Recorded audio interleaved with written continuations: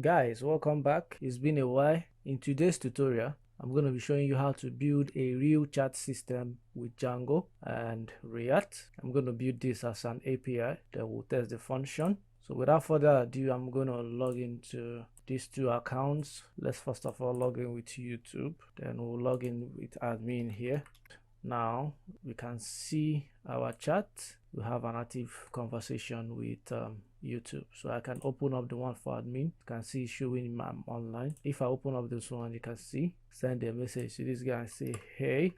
Okay, let's send.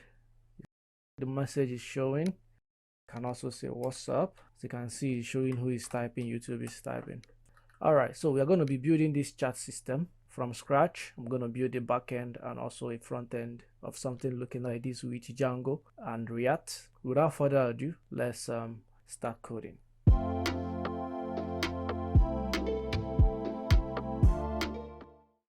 Guys, welcome back. Now, to build a chat system from scratch with Django, you have to take note of the following.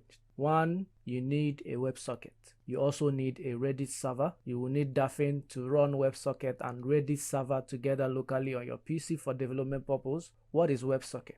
WebSocket is a way to persistently connect between a client and a server. It is different from HTTP because it stays open and doesn't wait for a response from the server. With WebSocket, you can achieve a real-time conversation happening instantly. From the example I showed you guys, what made it possible for us to be having a real-time conversation happening instantly was WebSocket. To set up a WebSocket in Django, we will need a library called Django Channels. This library is going to help us to handle asynchronous protocols like HTTP2 and other real-time features. This is what this library does. We are going to be installing this library. Aside from that, we also need a Redis server. You need to have this Redis server installed in your PC. I already have Redis server installed in my PC. I will open up my CMD. But before I do that, I want you to understand that it is better to run the Redis server on a Linux environment. So you better have a Linux terminal in your PC. Once you do that, for me, I'm using Ubuntu. I'm going to open up my terminal and show you guys my Linux server. To open up my Linux server, I'm going to use YSL. Now I'm inside my Linux server. To check if I have a Redis server installed on my PC, I'm going to do Redis CLI ping. If I have a Redis server here, it's going to show me pong. Now, for you to install a Redis server on your Linux terminal, it is quite easy. You have to do sudo apt install Redis server. This is the command that helps you to install this server on your system. I've already done this. As you can see, it's saying reading package list, building dependency tree done. Redis server is already the newest version upgraded. That is because I already have it installed. So now when you have this server installed on your PC, let me clear this out. To run it, you do sudo service Redis server start. It will go ahead and start the server. Our server is started and ready to go, but I'm going to terminate this. We'll come back to it, or we can just leave it running while we continue building our project. Let's begin setting up our project. I've already created a folder I called chat system. So I'm going to open up my CMD with this particular chat system. And the first thing I'm going to do is to create my virtual environment, then python-m vmv, call it chat env. Okay, once we create this virtual environment, we'll go ahead and activate this virtual environment chat env, then /script /activate. Okay, the first thing we're going to do is to install Django. We'll also install Django REST framework. Then we'll also install Django REST framework simple JWT. Okay, let's install these ones first. Okay, the installation is done. We'll clear this. The next thing I'm going to install is the channels Redis. Pip install channels_Redis. Once this is done installing, we will install Daphne.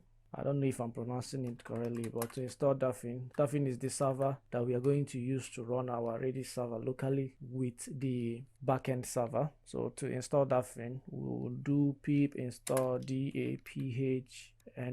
There's no A there, it should be PHNE like this. It will install some other packages it has to work with. Okay, so the next package I'm going to install, let me clear this out first. The next package we'll install is course headers. Pip install Django, then dash course, then dash headers. We'll also install channels. After installing the channels underscore Redis, we'll install channels itself. Okay, go ahead and run it. Okay, channels is already satisfied. We can quickly do pip freeze and see if Redis was installed with the channels Redis. Let's see. Yeah, so we have Redis. We also have channels. So with this channels underscore Redis, it helps us to install these channels. Also installs Redis, then installs these channels underscore Redis. Okay, now we are done with all the packages. Let's quickly set up our project, and to set up a Django project, we do Django-admin start project. We'll call it chat system proj. Then we'll do cd chat system proj. Okay, now we can go ahead and create our app. So we're going to do Django admin again, start app. For the app, we'll call the app chat app. Okay, go ahead and clear this out. Now with all this installation, we can go ahead and open our VS Code. So we have the chat app here. We also have the chat system proj, where we have our settings.py. We have ASGI.py. The ASGI.py is where that's going to help us to do our asynchronous calling and be able to run our application asynchronously. We are ready to go. We can decide to run migration, but we can do that later. Come to settings.py. We can close this down. The first thing I'm going to do inside this settings.py is to register the applications, and the first one we're going to register is our app, chat app, right? Comma. The next one we're going to add is the channels. We'll register the channels here, comma. The next one we are going to add is the REST underscore framework. Next one we'll add course headers. The course headers thing, we are going to use it in our front end later to be able to allow our front end and back end to communicate together without having any issues. The next one I'm going to do is to register our JWT, which is what we are using for our tokens. REST underscore framework, then underscore simple JWT. So this is what we need to handle in our installed apps. In our middleware here, I'm going to register the course headers, course-headers.midware.course middleware. After this one, I'm now going to set up our ASGI application that's going to help us to make asynchronous calling to our application. So we can just duplicate this WSGI, but change this one to be ASGI. It's just the same thing. Let's give it some space. ASGI, right? Then chat system proj. But instead of WSGI here, I'm going to change this one to also be ASGI.application. The next thing I'm going to do is to add the channels layers. For the channels layers, we have to first of all set the default backend, which is channels. We are using Redis here. We are not using the in-memory channel layer. Update this one to be channels underscore Redis. The next thing is to add the config. The next thing is to set up the JWT settings for our authentication. And to do that, I'm going to add here to be REST underscore framework. Set our authentication inside. For the default authentication classes, we use the REST underscore framework, then underscore simple JWT dot authentication, then dot JWT authentication. Now the next thing is to come up here. Let's import from datetime. We'll import time delta. Now we can come down below here. I want to set up our simple JWT access token lifetime and the refresh token lifetime. Now for that one, we will do simple JWT just like this. Close this up, open it, set the one for access underscore. For the access token lifetime, I'm using time delta and I'm setting it to be 1 day. For the refresh token lifetime, since it's just a chat, let me allow the access token lifetime to be longer. We can set this one to be 30 days, which is fine. Some people set it longer. Set up the course allowed origins for our front end. So what I'm doing here is to set up the course headers that will allow us to be able to accept our front end URL whenever it tries to make a response to our backend URL. To do that, set our course origin, allowed origins here. Our settings.py is ready to go. Can go up, cross-check chat app. That's the name of our app here. Let's start building up our chats. We have to set up our models. For the models, we need to have some tables set up. There are different tables that we are going to set up here. And one of the things I'm going to do to make things quite lovely and nice is to set up two different models. One of the models I'm going to set up is the conversation model and also the message model. The conversation model is the one that's going to help us to be able to initiate a chat between participants, where we can have two participants or even more than two participants in a chat, but the minimum is two. So two people have to initiate a chat. You cannot chat yourself. You must initiate a chat with somebody who is a user on the platform. To do that, we already have our from Django.db import models here. Can remove all these comments. We'll do from Django, so we can import our user model. We'll import user. The next thing we are going to import is from Django.db.models. We will import prefetch. Now for the prefetch, the reason why I'm importing it here is because it helps us to load related data in advance, and also that way we can be able to reduce the number of queries that are being sent to a particular table. With the help of this prefetch that I'm fetching here, we can be able to run one query to fetch all data related to that particular model. That way we'll be able to reduce the data load time on the particular table. Now with the help of the prefetch, we'll be able to fetch related data like I explained in a single query. Aside from that, it does not change the database schema or models, and also it works for optimization purpose. How this works is that it creates a reverse relationship whereby we have two tables that have a many-to-many or a foreign key relationship. It creates an intertwined relationship or a reverse relationship between those tables to communicate together, thereby creating a custom query set relationship. That is the purpose of the prefetch I'm fetching here. To be able to manage this prefetch, we are going to be creating two models, the conversation model and the message model. For the conversation model, I'm going to create a conversation manager that's going to help us to manage the query sets that we are making on one of the fields, which is the participant that's going to be making a whole lot of queries. So I'm going to be creating a kind of prefetch related scenario whereby every query that is made in participant, you don't have to be calling it all the time. It is already made there for us to be able to just use it and fetch the data we need. I hope what I'm saying is making sense, but what I'm trying to explain is just an advanced way of handling your query set in a database. So that's what this prefetch is going to help us to do. To do that, I'm going to first of all create a class. I'm going to call it my conversation manager. We are going to use the models.manager. First we'll do def get the query set self. Now I'm going to do return I'm going to do return super.get query set, then .prefetch related. Now we'll use the prefetch, but instead of these messages that I'm putting here, the field that I need is going to call participants. We are going to create that shortly. Do query set equal to what I need here is actually the user table. That's what I'm going to use to get this. So I'm going to do user.objects, but instead of all, we'll do only. Now what I need here is the ID and the username, because that's what I need to fetch for the participants username. Okay, now our conversation manager is ready. Here the participants come out, then query set equal to user.objects.only. We fetch the ID, we fetch the username. Okay, the next thing is to now set up the conversation table itself.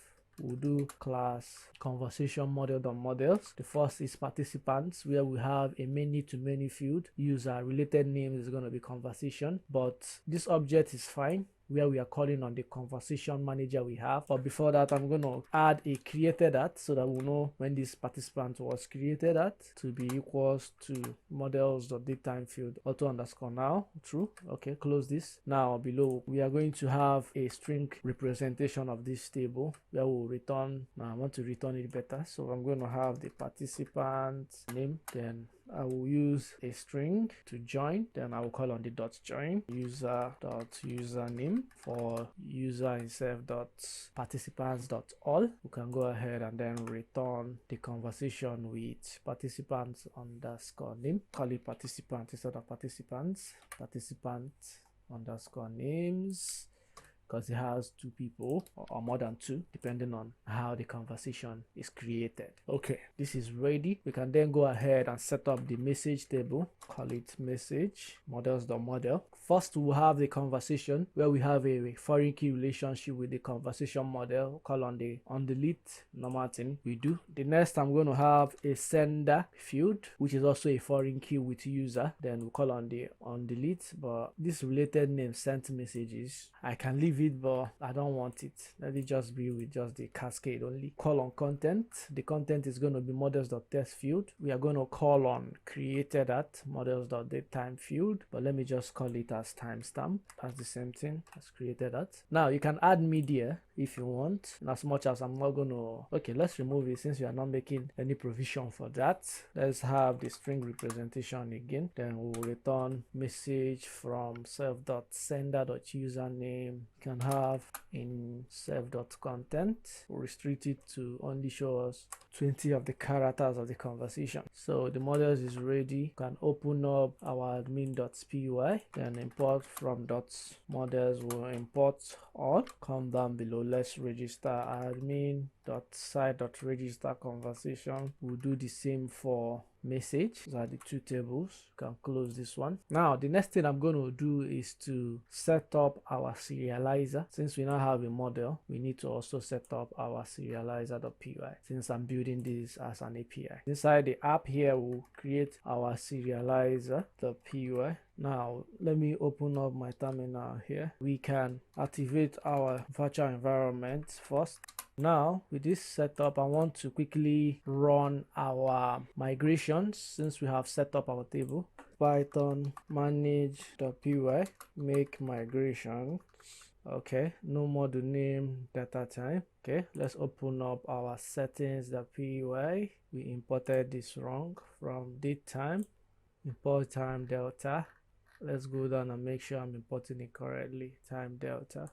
Now we can save and run the migration again. Now our two models has been created. The next one is to migrate. Okay, now we can clear this out, close the settings.py and continue building. We have already set up the serializers.py. Now we start setting it up. The first thing I'm going to do is to set up the serializer for creating a user. Okay, so the first thing I have to import is from REST_framework. We will import serializers. Then we'll also import from .models. You can just import all. We'll also import from Django.country.all.models. will import user. Let's set up the user serializer. Serializers.model serializer will do class meta, get the model user, and set our fields to be ID, username, then password. We can go ahead and do our create for validating our data.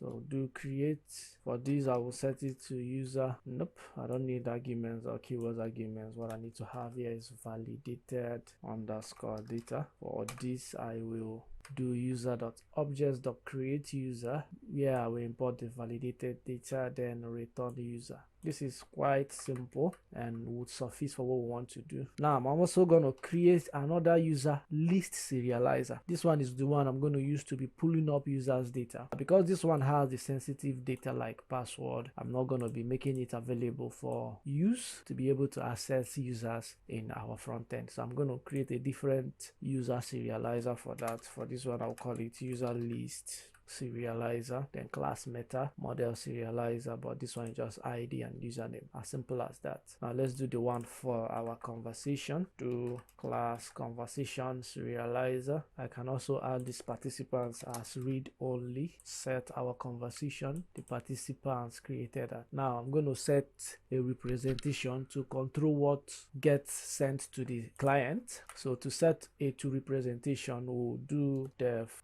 to representation.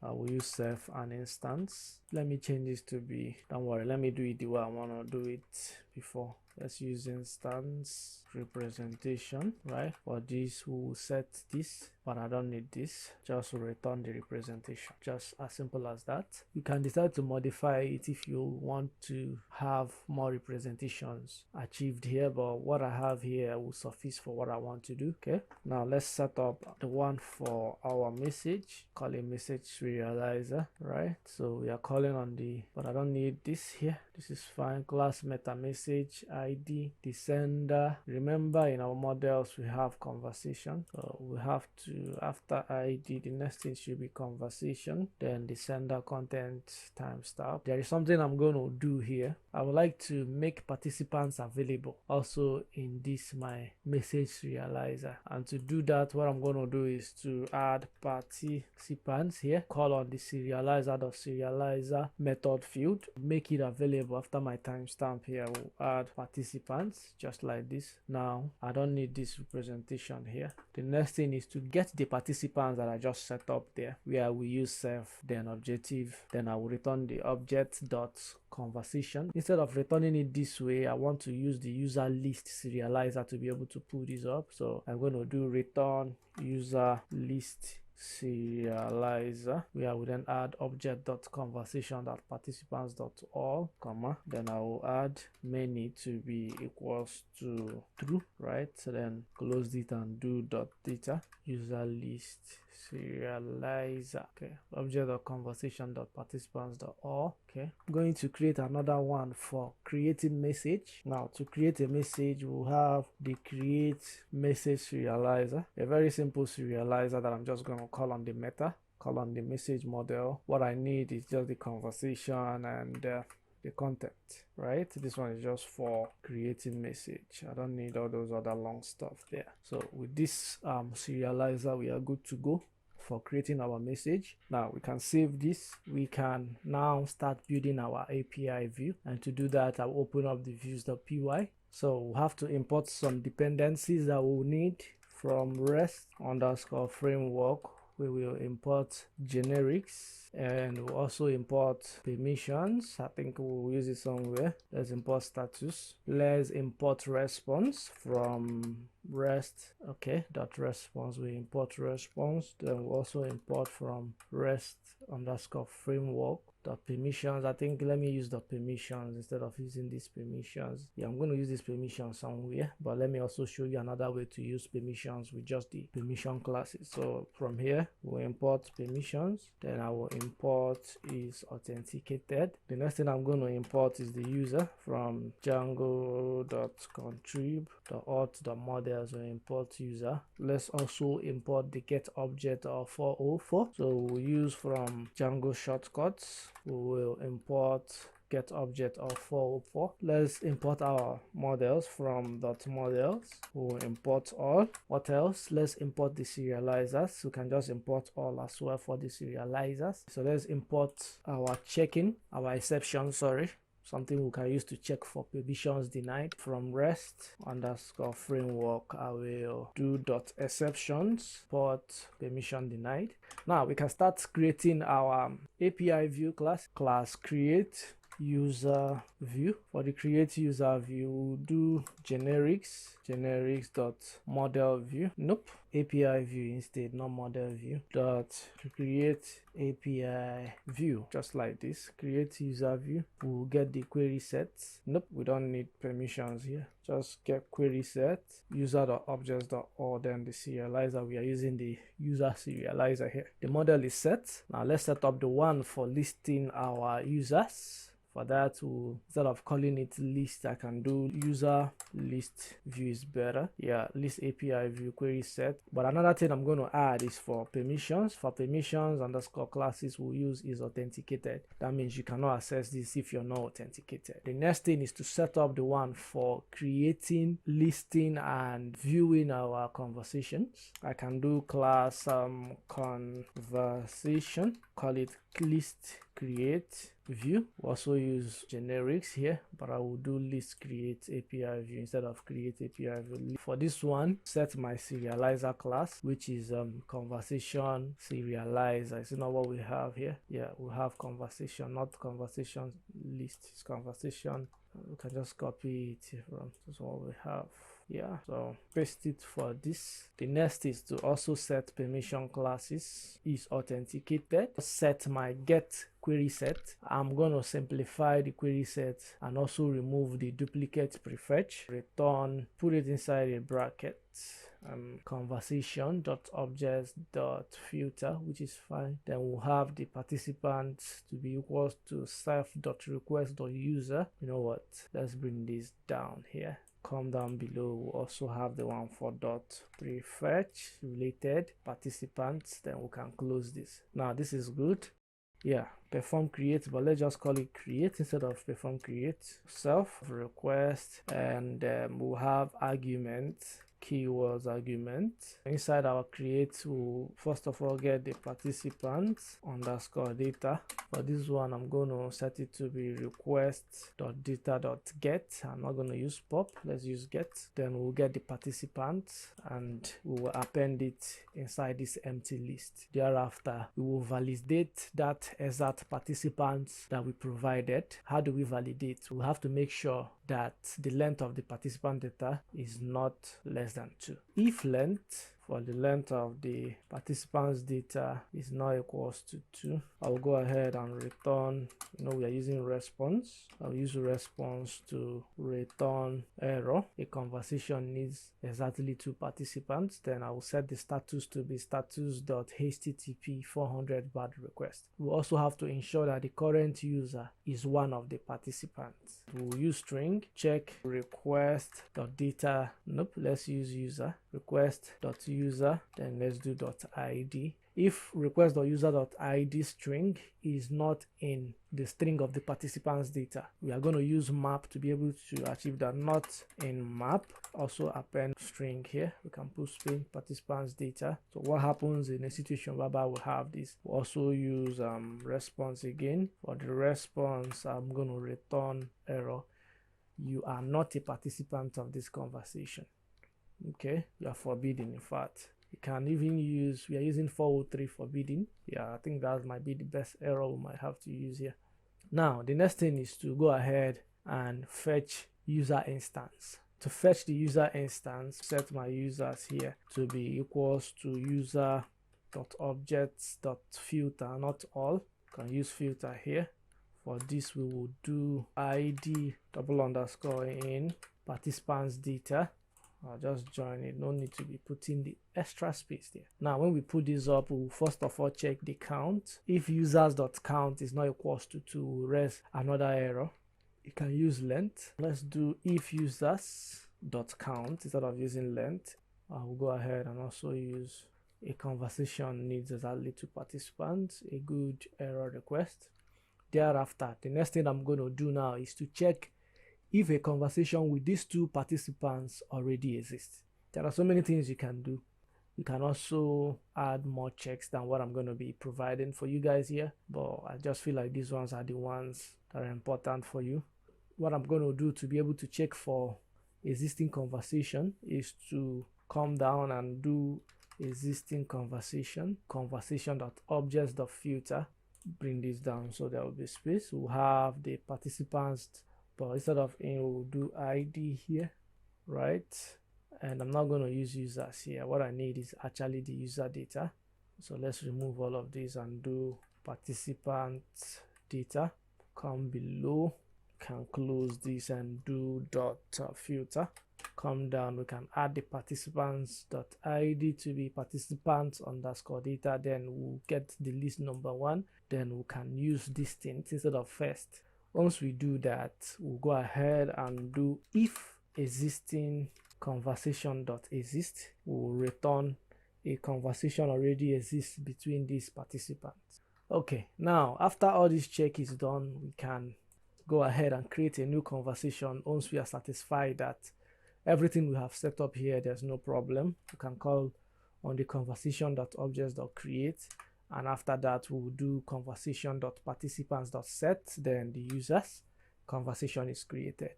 Thereafter we can serialize and return the new conversation. So to do that, let me even serialize the conversation.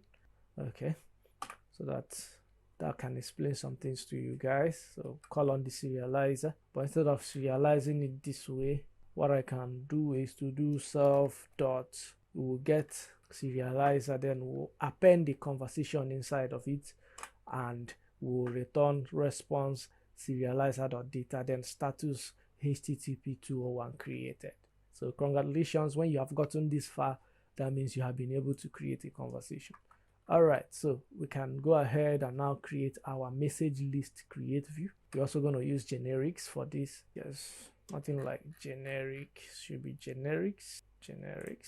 I hope that's what I imported here. Yeah, so generics. Okay, call on the permission classes is authenticated.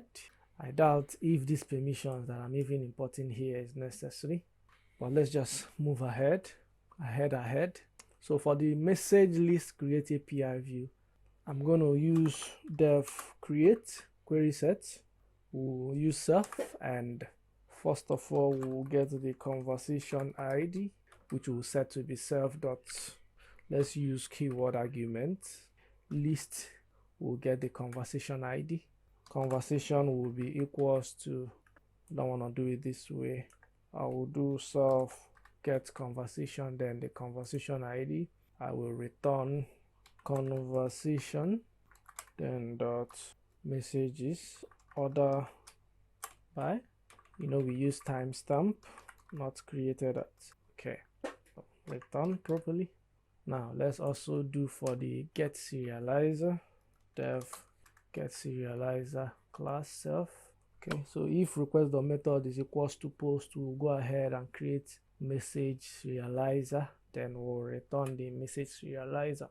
The next one is to perform our create. We can do dev perform underscore create, and we'll use self. Now conversation should be serializer. Come up a little bit. First, we are going to fetch conversation and validate the user participation. Fetch conversation and validate user participation. You can add a print if you want to be able to know the incoming data. That is if you want to debug, but let me just go ahead and add it in case there are some issues that might arise from this code, but I'm trying as much as possible to avoid any oversight that will cause that for me. Self.request data, this is fine. Now I'm going to set conversation underscore ID to be self.quags, then the conversation ID, remove one of the I there, conversation. The next one will be conversation, then self.get conversation ID. Go ahead and do serializer.save. Then for the serializer.save, we append sender equal to self.request.user, then the conversation to be equals to conversation. Create the get conversation, which will use self and the conversation ID. Now with this helper method, it should be able to help us to fetch conversation and also check for permissions. So we can return what it is showing me here. So conversation to be get object of 404. We have the conversation model here, then ID as conversation underscore ID. If self.request.user is not in conversation.participants.all, we will raise a permission denied. You are not a participant of this conversation, then we'll return the conversation. So I can just add fetch conversation, validate the participants. Okay, we're almost done with our views here. The next thing I'm going to do here is to create my message retrieve destroy view. This one is just for deleting messages. Class, now it has to be on its own, it's not going to be inside the message list. Let's call it message retrieve destroy view. For this we'll also use generics, then dot, we'll call on the retrieve destroy API view. So the first will be to call on the permission is authenticated again. Aside from that, we'll also call on the serializer. We'll use the message serializer. We'll go ahead and do get underscore query set self. So this will only allow access to messages in conversation that a user participates. Now we'll get the conversation ID, then we'll use self.keywords argument, then the conversation ID. Instead of appending this here, conversation equal to self.get conversation, what I can do to return message.objects.filter, then I will append the conversation ID to be equals to conversation ID. So just do return message objects, then we'll filter. Yeah, so conversation, but this should be double underscore. We'll move this one here, do the return properly. We'll also perform the destroy. So for the perform destroy, I will do self, then the instance, and nope, let's do it the way I want to do it. First of all, I will check if the user is the sender of the message. So I will do if instance.sender is not equals to self.request.user, right? We will raise permission deny, you are not the sender of this message. Then instance.delete, return response status 204 no content. Okay, we can leave it this way with this response. Okay, so I think my views are ready. We can try to test run it to see if it's working. Just go to our backend admin, try to see if we can create a message and delete them. We can have all those conversations there and see if that's working. But before we get there, we have to create a urls.py file here. Now inside our urls here, we can remove all of this so we can have enough space here. First, we have to import include, come below and add the path for our chat. So what I'm going to do is to add this as chat colon include, and inside it we will do chat.urls, the name of our app. So we can save this if you want to put comma if you want to add more things, but that is the only thing we want to add here for the main system project urls.py. Now we have made our chat app URLs available inside our project root. We can close this one and come back here. We will import from Django.urs. We will import path. Aside from that, we will also import from .views. We will import all from REST underscore framework underscore simple jwt dot views. We are going to import the views we are going to use for our login. For this one, we will import the token obtained per view and the token refresh view. Now we can go ahead and create our URLs. The first one is add the one for registration. The next one will be for our users, getting the users list. The next one I'm going to add is for our auth token for the refresh, and the one for the getting of the token. Instead of login, I can leave it as token. It's the same thing. Make sure to always close your endpoint. So for this auth refresh, I'm going to call it auth/token then /refresh. Close it. So this one's going to use the token per view.asView, then token per view. Token refresh, the names are correct.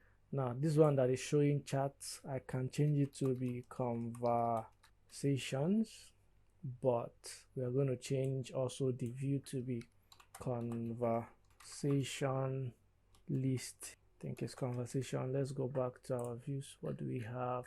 We have conversation list create view. So copy it and replace it with this. Can change this one to be conversation.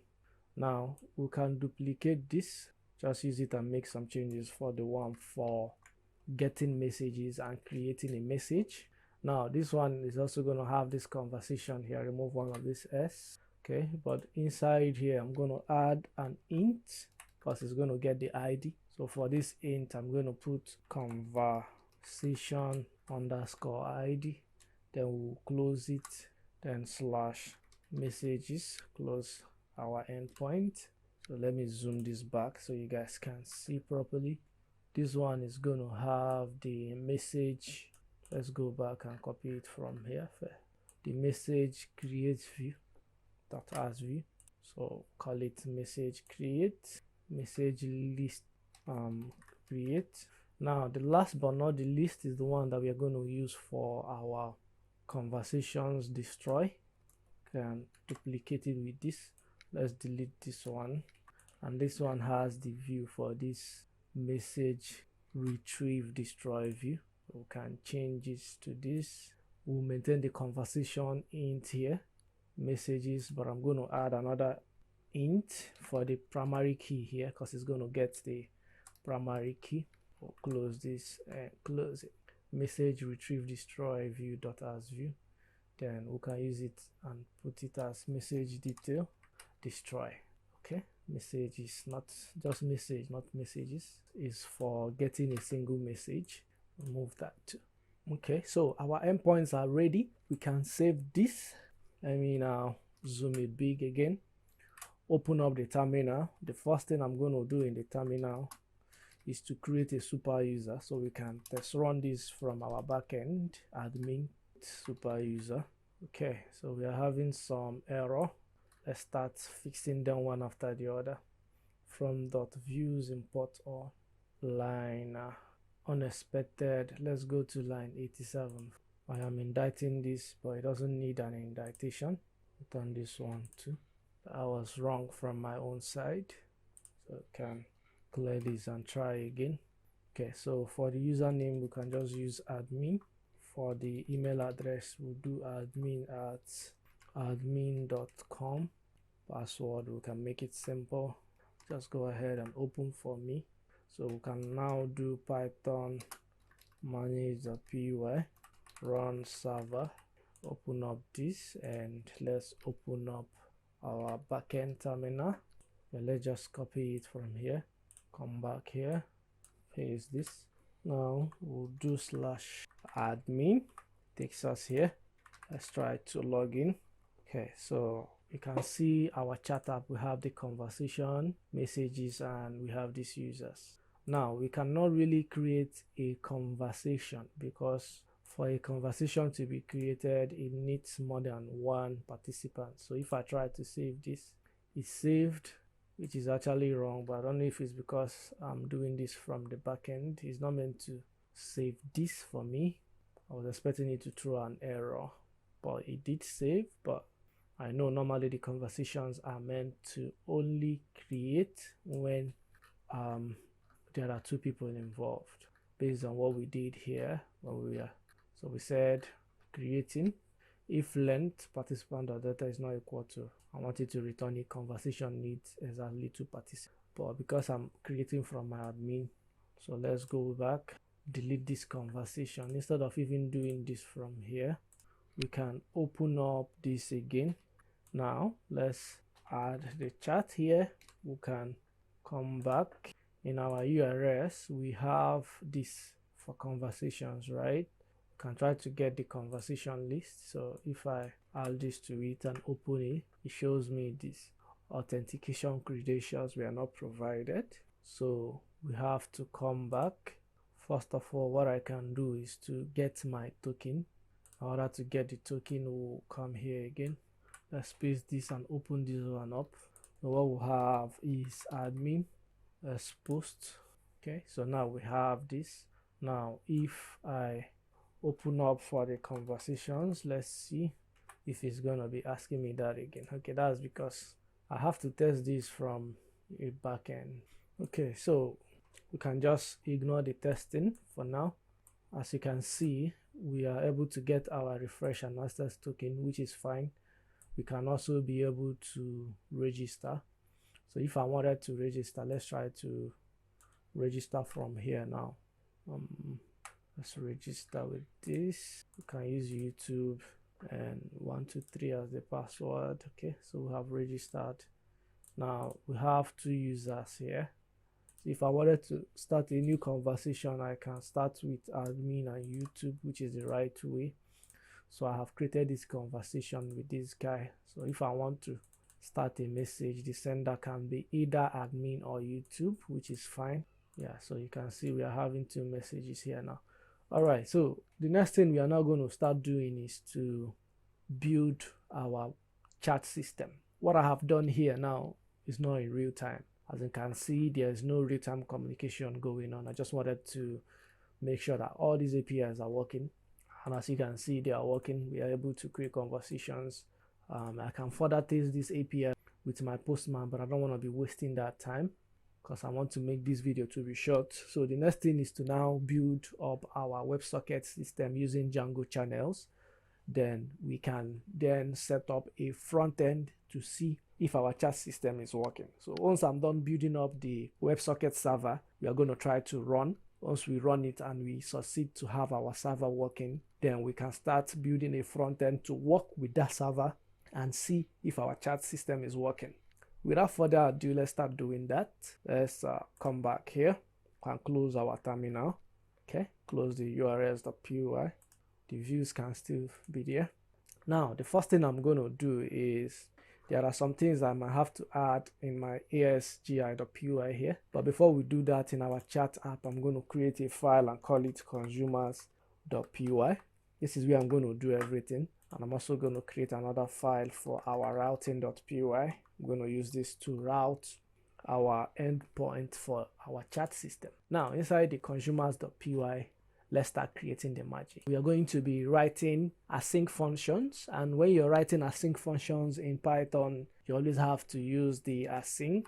The first thing we have to do is to import some dependencies we need. So we need ASGI ref.sync, import sync to async. To import is JSON because we have to also make it possible for the chat system to be authenticated. We'll also import JWT. We'll import from channels.generic.websocket. We will import async WebSocket consumer. Okay, so the next thing we're going to import is also our user model. We are going to import the get user model. The next thing we'll have to import is our settings. Now let's also import our models from .models.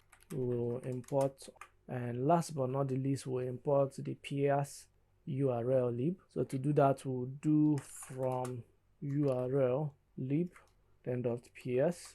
.ps, we will import ps_qs. Okay, so we're going to use this for our WebSocket shortly.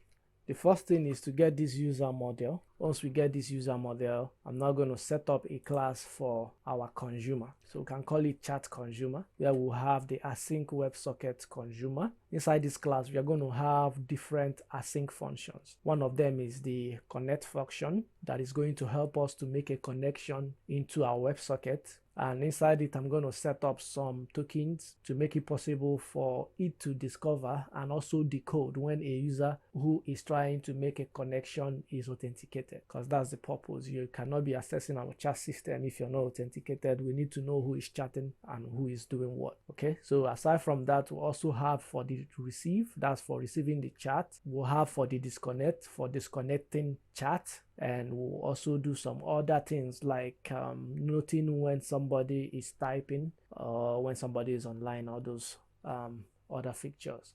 Let's quickly get it done. Now let's start with the connect. For the connect, we'll do async. We'll call it def connect self. First of all, we have to get the token from the query string. And to get the token from the query string, we do query_string equal to self.scope. For the scope, we'll do query_string. Go ahead and do .decode using UFTF8 to be able to decode what's going on. So inside this my decode, I'm going to do UFT8. This is going to decode the bytes to string. So once we do that, we'll have to set our parameter. But I'm going to use the PSQS to be able to handle that for me. So instead of just doing self.scope params, I'm going to use PSQS, then the query string, right? Once I do that, I will set the token to be params.get the token, set it to none, then we'll go ahead and retrieve the first token we see in that list. So that's the point of what I'm doing here. This is for token retriever. If we are successful with the token, we will do if token, then go ahead and set up a try and except block. For the try and except block, we'll first of all use it to validate the token. Now, to validate the token, we are going to do decoded_data. For this decoded_data, since we are using JWT, we have to import the JWT we imported above to help us to decode if this thing is actually a token from authentication process. Now, when we append the token we set up above here, I'm going to now use settings.secret key of this particular project and the algorithm HS25C to be able to retrieve and validate the token. So let's just append this there. To do self.user to be await, I'm going to use self.getUser instead of doing sync to sync here. Self_user. Inside it will do decoded data with a list of user underscore ID. Once we get the user from this token, we'll do self_user then equals to self.user. So I'm attaching the user to the scope. That is the point of what I'm doing with this one. The next thing is to now use our accept to check for exceptions. For this accept, I'm going to do JWT, a situation whereby we have an expired token, expired signature error. So for this one, remember everything we are doing, we have to be using async. So I'm going to use await here. For the await, I will do self.close, but inside my close, I'm going to add a code of 4000, close the connection. Once that is done, I want it to return, close the connection, token is expired. So once we return this, I have to now set another accept here.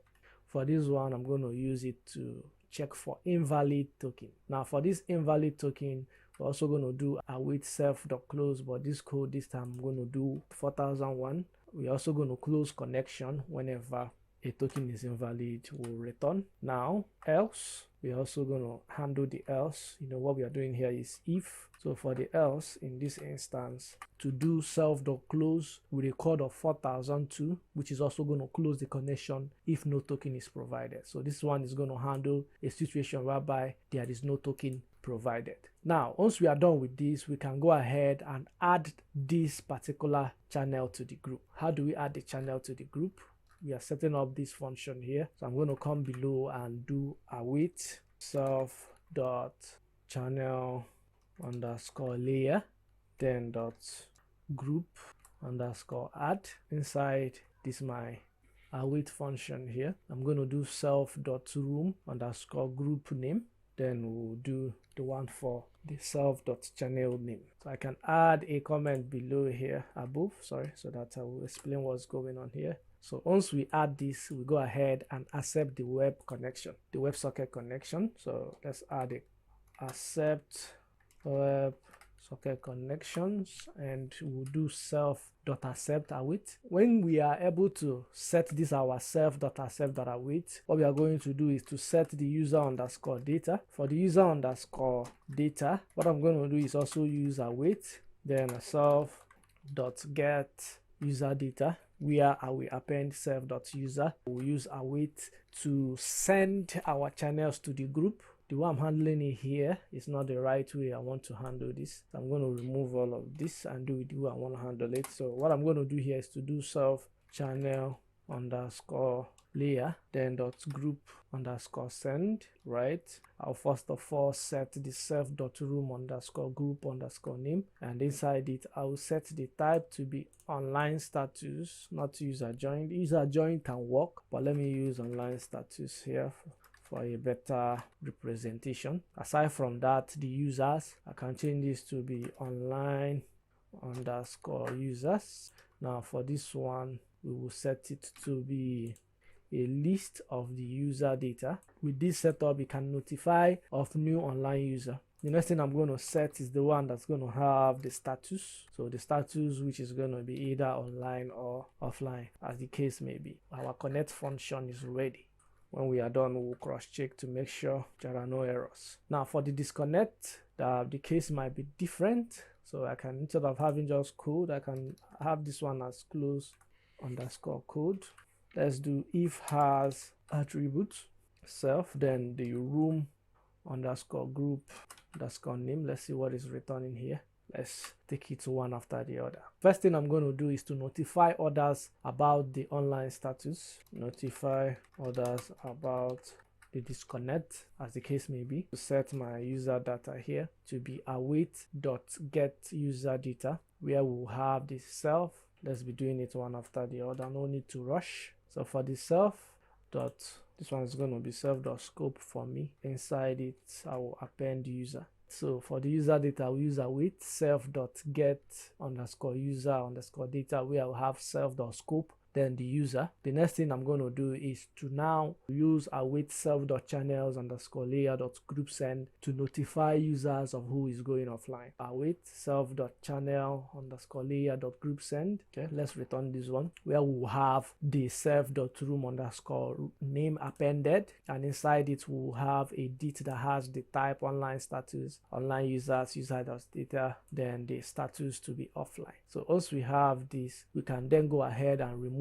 the channel from the group. To do that, we'll do await self.channel underscore layer.group discard, self.room underscore group underscore name, then self.channel underscore name. Okay, remove this A here. For the disconnect, this is good to go. The next function is now to set up the one for our receive, which is going to help us to receive messages and accept messages.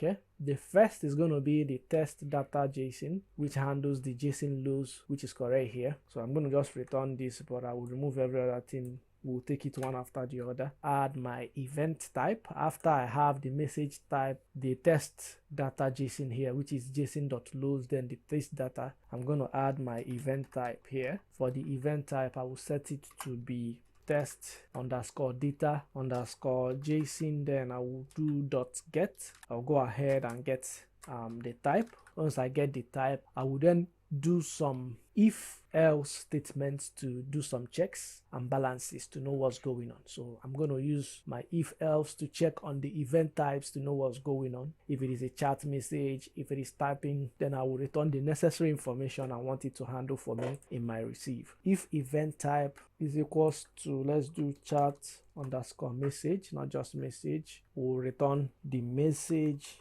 underscore content. For the message underscore content, we are going to do test underscore data underscore JSON dot get the content, but I'm going to change this to be message. So if I get the message, I will then set the user underscore ID to be test underscore data dot JSON dot get the user, but no need for the user ID here. Just with user is fine to get me a user. Once we get these two informations, we'll do some try and accept. For the try and accept, we will try to expatiate things better. I'll first of all get my user. For the user, I will do await self.getUser. But before we get to these messages here, set the conversation. The conversation is important. I'm going to use await.self.get the conversation, but inside here, I'm going to get the conversation with the self.conversation ID, not just user. Let's do self.conversation underscore ID. I'm going to serialize this. I did not import that serialize earlier. I'm going to serialize the data that is coming here. It's very important so that we will not expose some sensitive information that we should not expose to the front end. Do from dot serializers. I'm going to import the user list serializer. With it, I'm going to serialize my user data. So for the user data, I will do user list serializer, then user.data. So with this, I have serialized my data. Remember, in our user list, what we expose is only the ID and the username, and that is the only information I want to see. If I went ahead to just capture the user data without serializing it, we'll be exposing some sensitive information which we are not meant to expose in our front end. Once we have been able to serialize this data, we'll go ahead and save message to the database or to the group / let's do database, right? So to save the message, I will do message equals to await self.save message, and inside it will append conversation user, then the message content. We can go ahead and broadcast the message to the group. And how do we broadcast the message to the group? Await self.channel underscore layer.group.send, where we will append the self.room and we will use it to return the type, start message, the message. But just instead of message, I'm going to do message.content here. User data, and another thing I have to add here is the timestamp, which is very important. Message.timestamp. For our except, we can return exception as e, print error. We can expand on it. The next thing we are going to do is to check if the event type is typing. Come down a little. If we can do elif, not if. Elif event type is equals to typing. we'll go ahead and also do try and except. So for my try, let's start with the try first. I'm also going to try to do some checks. The first thing I'm going to do is to get the user data. For the user data, I'm going to use await, then self.get user data. Inside it will have, I think it's self.scope here. We'll return the user here to get the receiver ID. The receiver ID will have test underscore data dot underscore JSON dot get receiver. Now with this setup, we should be able to have who is receiving the message. So what I can do is to make sure that we have some checks for this receiver ID to make provision for a situation whereby the receiver ID is not known or the receiver ID is not available or something is going on, so we'll know what's happening. Come down here, and if receiver underscore ID is not known, we will convert the receiver ID to int only if it is a string or a number. So how do we convert it to a string or a number? We'll do if is instance, I will append receiver ID, right? In a situation whereby it is a string or it is an int or it is a float, we'll go ahead and make sure that we set it to be an int. If receiver ID is not equals to self.scope user.id, I really want to see what's going on. I want it to print what is showing so that we will not be wasting time. This one is just to help you to debug, and I will append the user underscore ID. I want to get the username of the user ID is getting. Let's close this one. Yeah, so I'm just using this to cross check to make sure there's no issue. Now the reason why this code might look like it's long is because when I was building this project, I had some issues when I was trying to solve the problem on typing, and I decided that when I'm teaching it, I'm going to make all these codes available. You can decide not to capture all these things I'm doing here, but they can help you if you want to debug. If you have issues, you'll be able to know what is going on in your code. So when you add this print, you can notify the group with the self.channels underscore layer dot group underscore send, then the self.room underscore group underscore name. So we'll have typing the user, then the user underscore ID, then we'll have this. So we can then go ahead and handle for the else. For return a print, just want to return a print only. The user ID is typing for themselves or something. Yeah, so that can help you to understand what's going on. For this else, we will return another print. Formatted string will have invalid receiver ID. So let's append receiver underscore ID to it. Okay, so if we come down for this other if we have here, we can also return another else. For this one, we will return no receiver ID provided. Now for our except, we can do, instead of doing exception, let me do value error here. Go ahead and print error piercing ID. Now we can have another except here for exception as E. Can then return error getting user. Okay, so this is done. The next one we are now going to set up is the one for, we can call it helper functions. So for the helper functions, we can get the one for our chat message itself. So here we can get the one for our chat message. We can add helper functions. The first helper function I'm going to set is the one for chat message, and as usual it is an async function, and to do that we'll do chat underscore message. We'll set event. We'll have message equals to event. We'll set it to be message. For the user, we'll set it to not even, it should be event, right? So for that one, put a space here. The next one is the timestamp. We'll go ahead and use await self.send. Then the test underscore data, we'll use JSON to dump it. We'll set type message, chat message. Can go ahead and close this up. Alright, the next helper function is the one for typing, async def typing, and inside it will have user equals to event user. We'll have the receiver ID equals to event. Let's use .get here. For the .get, we'll get the receiver. We'll also get another thing. Let's change this one to be a tuple. I'm going to get typing. So that one is going to be event.get is typing. If it is not, return false. Then self.send, we use json.dump, typing user, then receiver. Instead of having receiver ID here, let's have receiver. Can have receiver. Then for the is typing, will return its typing. We can also set the one for online status.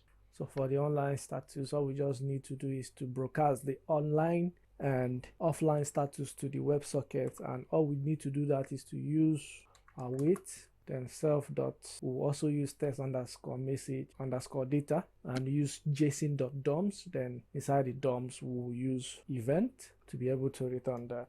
Now the next helper function we will need is to get user. For the user we'll use self, then user underscore data will return user.objects.get, then id equal to user underscore id. We have already set up our user object model above. Now the next one I'm going to do is to get user data, the same sync to sync, but before we get to this, please, I need to get the user data. Let's do underscore user underscore data.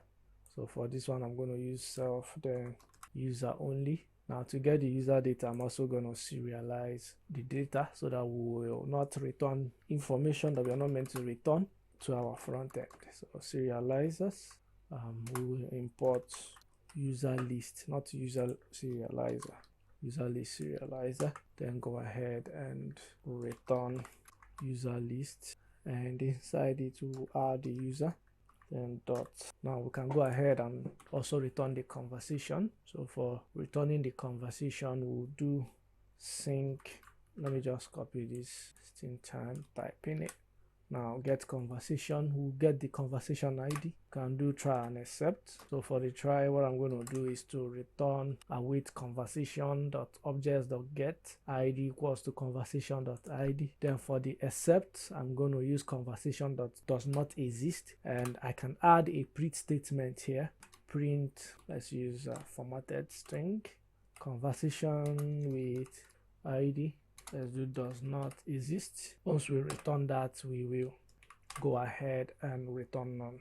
Now the last but not the least is the one that's going to help us to save the message. And to save the message, we're going to get self conversation user, but instead of message content, let's just use content here. And inside this function, I'm going to return message.objects.create, where we'll have conversation, sender, user, then content. We can return message. You can decide to remove this, but with the way I'm handling it here, it works. And go ahead and save. Let's quickly cross check and make sure we do not have any issue in this code before we proceed. Let's cross check carefully. Come to the connect function where we have all this. So after this check, what I can do is to set up the self.conversation ID before we get to this place where we add it to the channel.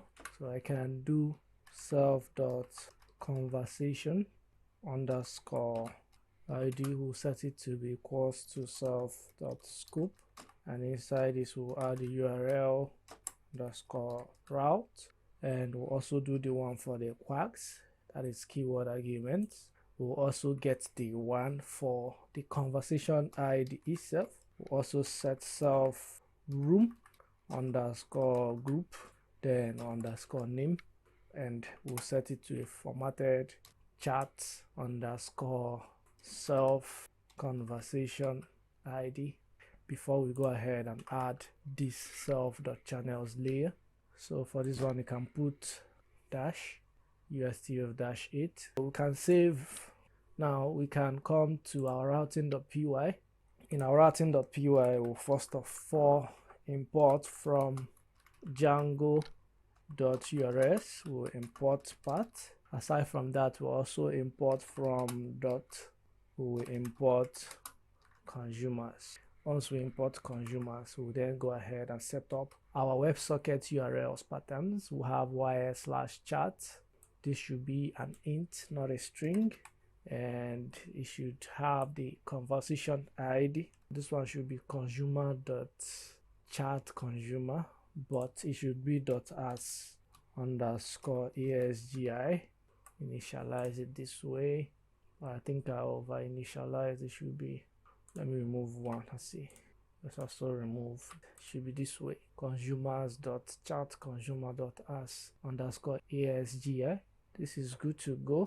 In our ASGI, we have to make some changes to it to capture all the settings we have done. We have already imported OS. We have imported this one, get ASGI application. I'm going to import from channels. We will import .routing.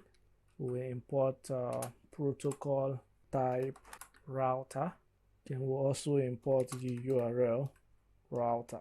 And again, from channels.auth, we will import auth middleware, or the S should be in capital letter this way, auth middleware stack.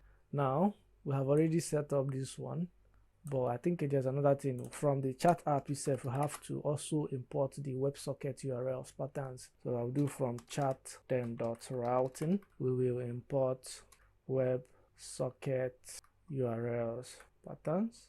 Now with this setup, we have to change the way we are writing this our application equals to get ASGI application. We have to make some changes. One of the changes, we already have chat system approach.settings here. What I'm going to do is inside this, I'm going to now call on the protocol router that we have, right? And inside this place, we are going to set up our WebSocket. The first thing I'm going to do is to set up HTTP, which is going to get the ASGI application. Once we do that, we'll set up our WebSocket that's going to use auth middleware, and inside it will have the URL router that has our WebSocket patterns. We don't have more, and that's all. Okay, we're actually good to go. We can try to test run our WebSocket server to see if it's working. You remember we set up this our server here. We already have our server running. You remember? Can just have it start. It's already working. If you want to check if it's working, we do Redis CLI ping. I've already showed you guys how to handle that. We have this server running. Now we have to try and make it run with what we have built here. To get that working, let's open up our terminal. Let me bring this up. Have to terminate this because we are not going to be running in this pattern anymore. Now to run our server, you remember in our settings.py, open up the settings.py, we have set up this server when we were setting up the channels layer. And we are using channels underscore redis.core redis channel, and we are using this host here, and we also installed Daphne as the server that we are going to use to test run this locally. Now to be able to see if this server is working, we'll have to use Daphne to run our server, and to use Daphne to run our server, we use Daphne here -b, and we'll do 0.0.0.0. that's for 0 space then -p. We'll do 8000, which is the current server we are running on. Then the name of this our project is chat system proj.asgi. We'll do : application. So if this server works, that means we're actually good to go. But if it doesn't work, then we try to debug for that to know what's going on. So we can try and see. Okay, so we are having some errors, so we have to start debugging one after the other. In our line 163, we are having return await user.object equal to await aside async function. Okay, so let's go there. Even us getting this error means that it is actually seeing the code we have built, which is a good sign for it to be showing us the error. So let's go to 168. Okay, 163. So we have, okay, so we are not meant to have await here. It's meant to be return user.objects.get. Can save. Now let's try to run the server again. Okay, we have another one in line 73, await aside async function, line 73. Okay, now there's no await here. It should be return conversation.object.get, put space there, can save. Let's run again and see. Another error we'll have. Something is still wrong. So what is it showing us now? I said requested setting installed app. So I'm going to zoom this so I can see it very well. Let's clear this and run the server again so I can see the exact error is showing. It says you must either define the environment or call settings before accessing settings. From Django, we are importing settings. Okay, so let's try to debug this. Let's go back to the ASGI.py, HTTP. Okay, I'm going to initialize this function here before calling on this one. Now let's save and try to run the server again. The same thing. Let's try run it again. Okay, so what I have to do is I have to import this from chat app.routing import WebSocket after the os.environment.self-default has been set. That way it will not be importing it from instantly, because that's what is making it to be showing me is this error, no call or settings config before accessing settings. So it needs to access the settings, which is this one, before it now starts importing something that has to do with an app inside the project route. So I have to come down here and let's import this here. If we save and clear this out and try to run the server again, apps are not loaded yet. Another problem. This one is likely from line 7 in our consumers, because I'm importing the models here.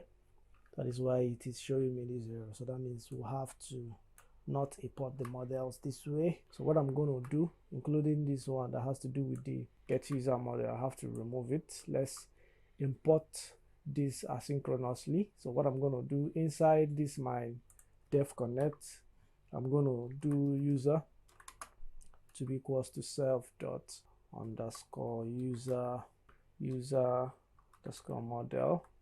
Now with these settings, what I can do is to come below before we import this our get user data, or even this one, we can come here and I will import async all users. So but what I'm going to do is I'm going to call this to be get user model, get user underscore model. So what I'm going to do for this one is to do from Django contrib, we will import user model. We'll go ahead and return it, return get user model. Now for this one that is making use of this conversation, I can import it directly here. So we import from dot models, let's put some import conversation, like as this one that has to do with message from dot models. We'll also import message. Now we can clear and let's try to run the server again to see. So our server is working. As you can see, we are listening to this port, and this port is making use of the server we started. So with this setup now, we can actually build a front end to test run our chat. So guys, without wasting time, I'm going to now set up a front end. I'm not going to show you guys any of those front end things. I already have a front-end system built, so all we just need to do is copy that system and paste all those information we have from our front-end into this, so we can use it to test run what we have done here. I'm going to go to my GitHub. So if we go to github.com/, let's go to Joshi Vibe. So we have the repository. Yeah, so we have this real-time chat system, we have this front-end.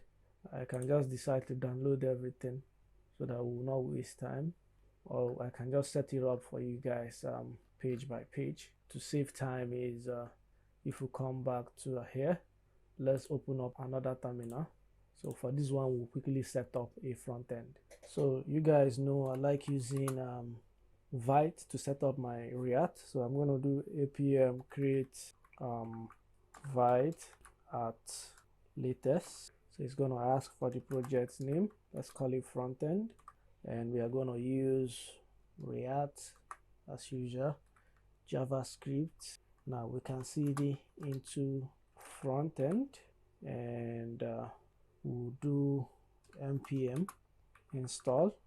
Now we can come back here inside our front end here. If we look at our let's see what we have, close this. Inside our package.json, there are some other packages, like I have JWT decode and also have ASGI. So we can just go back once this is done installing, still installing, allow it to quickly set up. Okay, now all the packages are done installing, so we can also install apm install ASGI. While that is installing, we come back and install JWT decode because we will need it as well. Now let's install npm install JWT the code.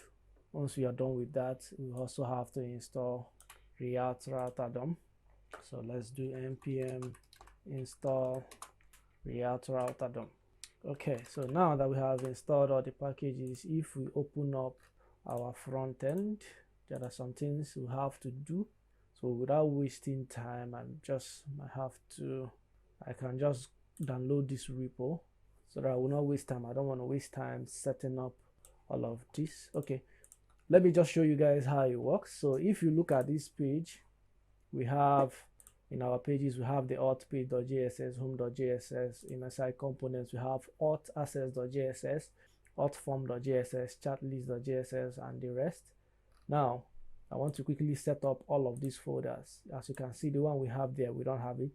Now, we have to set up how many folders? 1, 2, 3, and we already have our sets, so we can just quickly set them up: components, pages, and styles. Come back inside our source, we will create a new folder and call it components, and we'll create another one, call it pages, and we'll create another folder, call it styles. Now I can delete this my app.css. I don't need it, so move it to recycle bin. If you come back here, we don't have that. Also here we have to set up our api.js. So let me quickly copy this api.js. Yeah, so that's on that source. We'll create a new file and call it api.js. Sorry, just js. Can close this terminal for now. Open it up. So we have our access token inside. Another file we have to create is the token.js. For the token.js, we'll come back, open up the token.js here. You see, paste this. This one is going to help us to store our access and refresh token locally on our local storage. So we can close that up. Now also close this. We can also set up another one that's going to be inside this front end for our .env. So for the .env is where we are going to store the endpoint of our backend, and inside the .env, this is what I have, the Vite API URL, which is our backend endpoint URL for accessing our APIs. So that is what we are connecting from here. We are connecting it somewhere here to be able to set up our API.interceptors. So we can close this. Now we have this API.js. Now the next thing we are going to set up inside here is we now have to set up some files. Let's come back. So we need auth access.js. So for the auth access.js, let's first of all see what we have. Let's do the one for the pages. So let's start with home.js. This is what I have there. So if you copy this, come back to the pages. Inside these pages, we'll create a new file, home.js. You paste and you save. Come back. We'll also do the one for auth page.js. Copy it, create a new file, we'll call it JSS, and we'll paste this file inside. We'll close, and now we can start dealing with the one for components. For the components, what do we have? We have auth access.js. So we'll come back inside our components, we'll create our new file, auth access.js. This one is for making it possible for us to have access to different routes that are protected. So if you're trying to access some different routes that are not protected, you might not be able to access them unless you're authenticated. So that's what this one is making it possible for us. So in a situation whereby we are logged in, we'll not be accessing the login endpoint anymore because we are currently logged in. So that's what this particular auth access is doing. All you can do is try to study the front end code. The reason why I'm not building the front end for you guys from scratch is because I'm trying to make this video short, and if I'm to build the front end from scratch, we'll be having a whole bunch of hours of me trying to do this for you guys. So the next one is auth form.js, and let's open up the components again and create that file, auth form.js. Paste it, also save. As long as you follow the backend structure properly, everything I'm importing here is going to work once we are done importing them. The next one is chatlist.js. Also paste the whole code from there. Come back. Let's do conversation.js. Copy this code. Open up a new file, conversation.js. Let's paste it. Okay, what's the next one? We'll now have to do our login.js. New file, login.js. Save this one. So save this. Let's come back again. Navbar.js. Copy. And let's create the component navbar.js. Save. What's the next? Register.js. Copy. Register.js. Register.js. Now for the register.js, we'll also paste. Now let's start dealing with the styles. So what's the first file we are going to create in our styles? In our styles, we have how many files? Just about 5. So I have authform.js. Copy this one. In our styles, we'll create authform.js. This one here. Now we are having some error. Okay, that's because this should be CSS and not actually JSS. So let's quickly refactor it to CSS. Now what's the next file? The next one is chatlist.css. Open up a new file, chat.css. We'll paste this here. While that is done, we go back and open up the conversation.css and also open up a new file and call it conversation.css. Paste the CSS code there. The chat list, you do the same. Save it. Now let's copy the one for home.css. Come back in our styles, add home.css. Paste the home.css. Let's come back, open up the last one, which is the navbar.css. Come back and open up another file. I call it navbar.css and save. Also save this one. Now let's come back and copy our app.js code. Come back here in our app.js. We have to remove everything we have here and paste this one. So now there's one more thing that we'll have to copy. In our index.css, the code I have there is entirely different. What we have currently in our index is the default code that React provided. So let's remove and paste this one here. Now we can open up the terminal to run this our front end again and see npm run dev. Now our front end is working. So if we come here, let's see, fail to resolve. Okay, so there's another file we need to import or create. So we have not created the auth.js. So if you copy it, you come back. This one is also, so inside here, we'll create a new file and call it auth.js, and we'll paste the code for that. And you see we are no longer having any error. So if we come back here now, let's see, let's refresh. Okay, so you see it's asking us to log in. So we have already created an account, so I can try to log in with YouTube and see you want to invalid credentials. So why is it showing as invalid credentials? Let's inspect. Can try to refresh this again. Now let's try to log in. 1 2 3. So it's showing unauthorized. So if we come back to our server for front end, what are we seeing? Let's close this and see first. We are having a situation whereby it's showing unauthorized. Yeah, normally it's meant to show unauthorized, right? We do not have access to the login. So but it's meant to log me in. Now if we come back to our settings.py, let's see what we have. Let's make sure that our front end URL is properly registered. Yeah, so we have this course allowed origin. Bring this down. Yeah, so where we have our localhost 5173 for our front end URL. If I come up, I just want to make sure we have course. Okay, so what I'm going to do, I think the problem is I need to terminate this server. If we terminate it and run it again, we should not have that error. Let's see, because I can't really see any problem with what we have here. So if we try to log in now, okay, I think I only have one account and I was only, well, let's log in. Yeah, so you can see we are able to log in with this, but let's look at users here. Let's come back. I have to open up another server. So for this server, let's quickly activate this. I think I want to check something.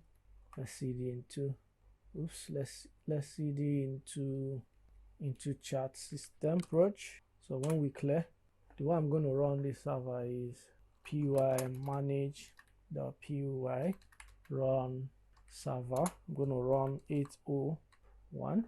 So what I want to do is, I think there is actually something with my registration. The YouTube account I registered, I think it was not properly stored.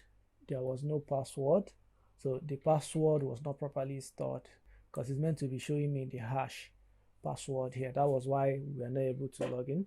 So what I'm going to do is, if we come back to our serializer here, right, I might have to change the way I'm handling this my create function, where I'm calling user.objects.create underscore user. Instead of just returning the validated data here, what I can do is to actually specify the validated data equal to validated underscore, blah blah blah stuff. So when we save, let's open up this server again, terminate, clear this out, and let's run the server again. With this setup, if we come to the front end, we are going to, but before then, I want to delete this guy so we can create another username with the same name. So now in our front end, if I refresh this, I think the chat will clear. So there's no recent convo. Let's log out and come to register.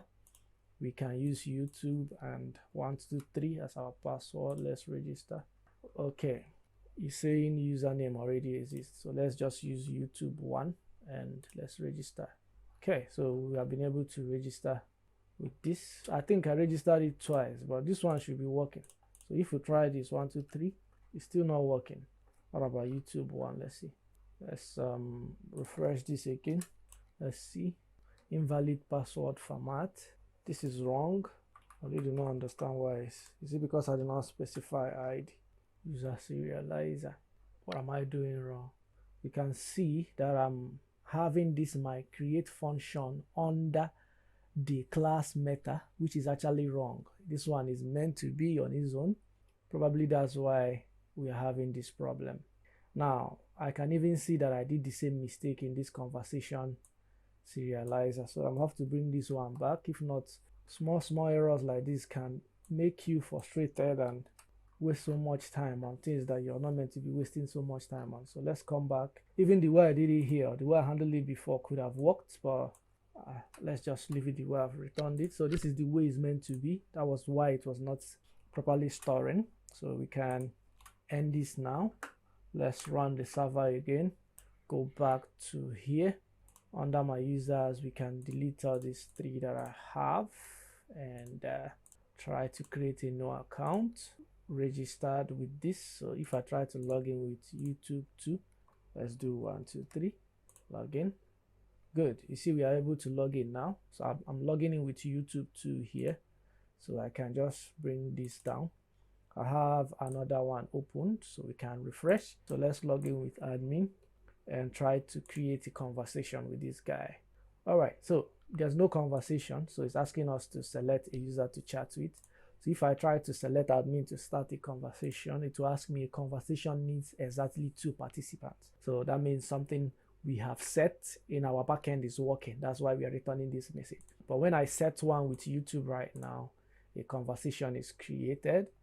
And when this guy comes to the chat again, so we can try to refresh this one so you can see now that something is happening there. So you can try to have a conversation. Let's see even if we can send a chat. Okay, our message is not working yet. Something is definitely wrong from our backend. You see, we are not able to send any message. So let's remove this, and name model is not defined. So let's go back to that line 13 under our consumers. No, I even have this thing as twice just to further save time, because I've already wasted so much time that I don't want to waste. What I did here is meant to get it for me. User equal to self. Oops, I see where the problem. This is meant to be underscore, not that dash, because the function we have here, that's how we have, yeah, so that's the problem. Okay, so close this, let's clear and run the server again. Now if we open up our chat, let's see, let's try to see if we made, okay, so let's refresh this and see. Let's see first. User is not defined. That's underway under line 167. So maybe let me see if I import this thing this way, if it will work. What I can do is as simple as ABC. Just need to, since I'm not globalizing that, to get this user model that I have here, right? What I can do is to bring this so we can use it. It's because it's not global. That's why we're having that error. Okay, so let's save and run the server again. Let's try to have a conversation. Let's see if there's another error. Line 168 in, yeah, so this is meant to be user. Run the server again. Let's refresh. Okay, so maybe what I can do is let's move this out. Let's just bring it down and terminate. Let's run the server again, because this is meant to be user.objects.get. So if we open all this and try to have a conversation, still the same thing. Okay, so let's remove this first. We don't need it here. The get user model we have is async, right? So if we come down where we have the get user model, we have to even remove it. We don't need it. So what I have to do is this place that I'm having this get user that is getting the user ID, I'm going to import model directly from here from django.contrib.auth. So we'll then import get user model. We'll go ahead and set it to be underscore user model. We initialize it here. So if we save this up and open up the terminal and let's terminate this, we can clear. Now let's run the server again. Good. Now in our chat we can refresh and see, open up our admin. You see it's showing online too. YouTube is online, so we can do yo. Now we are having issue with our saving. Something is wrong. We have to deal with that. It says not constraint failed underscore message dot content error saving message. Okay, so we have to remove this return here. We don't need it. That's why we're having the error. So if we terminate this, run the server again, let's see this guy and refresh. Admin YouTube is online, so we can try to see, hey, oh, it's still returning the same thing. Okay, so let's go to our receive and make sure our message there are something wrong. So what do we have in the message? The place we are returning message. Okay, yeah, message content equal to test underscore JSON. This should be message, not message. And open this up, terminate the server, clear. Let's run again. If we decide to open this up, refresh, open this. Now let's see, non-type. Okay, non-type object has no attribute content. Okay, so let's go down.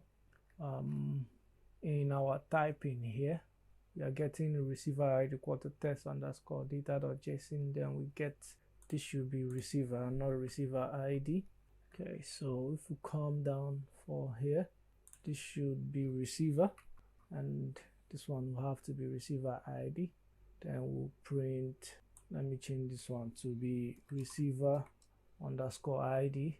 We can save, open up this and run server again, cross check and see error getting user. But let's see if our message is going. Still has okay, we'll have to cross check further. There are so many errors in this code, but I have to cross check further to make sure there is no more errors here. Okay, so to further debug where this error is actually coming from, error getting user data, we have to go to our typing, because the problem we are having is that once, let me open up this terminal, and once I want to type something, we keep on getting this error, and where we have this error getting user data is on our typing. So if I go down to the typing, elif typing, we'll try to debug what is causing the error from there. So in our elif event typing, we have user data with, and we have the receiver ID here that we've set. And if you come below, what we have here is receiver and receiver ID. The error that is triggering is that it's not getting the user data. Under our if is instance receiver ID string int and float, we have the receiver ID as int here, and I'm checking if the receiver ID is not self.scope. I'm returning a print user, so this should not be user ID, because what we have here is user data. First, let's change this to be user data. That way, instead of returning this, what it should be saying here should be, let's use user is typing for themselves. Now let's open up this again, terminate, and let's run the server again, and open up the chat. Let's refresh this admin. Okay, but the message sent successfully here. Now let's see. Okay, YouTube is typing for receiver 1. So what if I say hey? Let's see if the message is going to send. Error saving message, non-type object has content. Okay, let's go down to the message. Okay, so normally I'm meant to have that return here, but I can decide to even remove the message variable I'm setting and just return this way. With this, we'll be able to save the message normally. So if I terminate this, clear out, and let's run the server again, and let's open up chat. Let's bring this up so you guys can see it a little bit. So if I say hey now, user is typing and we send, error saving message, object has no attribute content. Okay, hold on, did I refresh this? Yeah, but you can see the message is actually sending, but it keeps on returning this error. Close this down. Under here, I should have a return statement that is returning this. It should not just be the message.objects.create, it should be return message.objects.create. Save, open up the terminal. Let's clear and run the server again. Open up our chat. Now we can even try to test run the two chats at the same time, because I believe we have been able to resolve the issue with the errors, unless there's another error again. Okay, so let me refresh this page and also refresh this one. Now we have YouTube here. Admin is the one chatting here with YouTube, while YouTube is the one chatting with admin here. If I open up for admin and I open up for YouTube, you can see it's showing me YouTube online, admin online, right? So I can decide to say hey here. You can see it's showing me admin is typing, and if I do hey here, showing me YouTube too is typing. Now if I send a message, I get to see it, and if I say what's up, I get to see it. It's just as simple as that. I can delete my own messages. Let's delete some of this. You can also delete from this angle if you want. So the chat is working. You are good, bro. Hell yeah. Let's say hell yeah. Nice to chat. Alright guys, so you can see the chat system is working finally, being able to resolve the issue that we were having earlier. So you can use what I've done here to build a powerful chat system. There are so many things you can enhance. This is just a step to lead you to something more complex. If you want to go further, you can expand on this project by having media files captured. If you want to receive media files, you can expand on that. But if you guys want me to expand on this chat system and do something where we can now have a chat system that has media files captured, where we can receive and share different media files ranging from video or pictures, let me know in the comment section. When I have some time, I will go and do that for you guys. We have come to the end of the video. Our chit chat is working, and if this video was helpful and you have any questions, drop in the comment section. For the front end, I did not really do anything. All I just did was to bring in a front end I have already built to work with what we have done in the backend, so we can save time and make the video as short as possible. The UI is not that bad. It can be more perfect than what I have here. What we have here can suffice and help us to get the